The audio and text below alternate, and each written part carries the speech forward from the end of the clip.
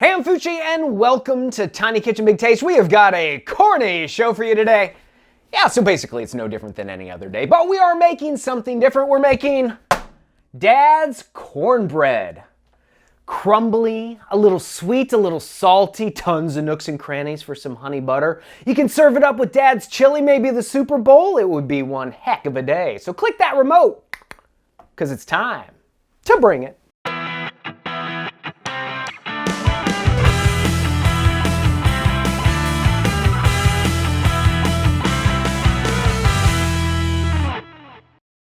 So what you're gonna need is cornmeal, flour, sugar, baking powder, salt, vegetable oil or applesauce for a lower fat recipe, milk, and eggs. You'll also need a mixing bowl, baking dish, measuring cups, measuring spoons, silicone spatula, and a whisk. Now I promised you a healthy start to 2019, and in the last week of January, I will not let you down. Now I know traditional cornbread does not scream healthy, healthy, healthy. Well, as we make the traditional version, I'm going to show you some alternative ingredients you can use to help lighten up the recipe and make it a healthier option.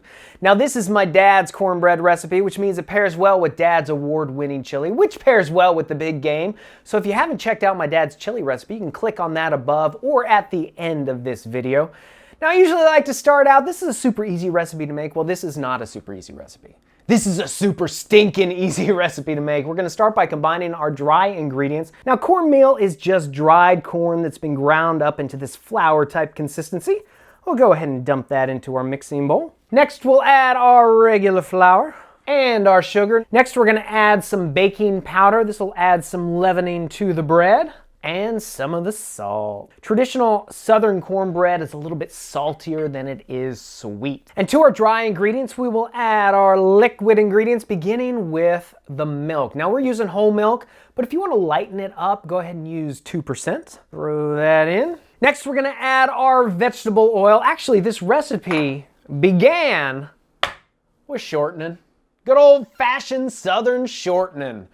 Well, this has got some hydrogenated oils in there, so to lighten it up a little bit, Dad started using vegetable oil. Now, if you want to get rid of all the fat, you can do that too, and use unsweetened applesauce. Well, for this recipe, we're going to Dad's new traditional way and adding vegetable oil.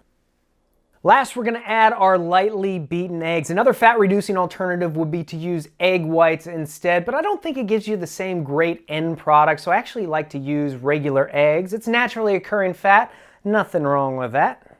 And then we're just going to mix up all the ingredients until they are thoroughly combined.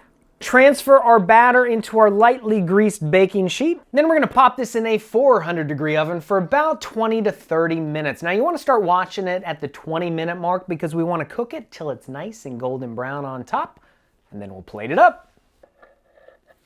So check this out.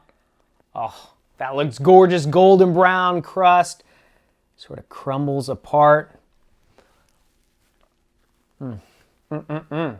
You've got to get the recipe for this. The recipe for the cornbread and the chili is available on our website. You can also check us out at Facebook, Instagram, and Twitter. And when you try this recipe, please let us know about it in the comments below. And don't forget to subscribe and hit that bell.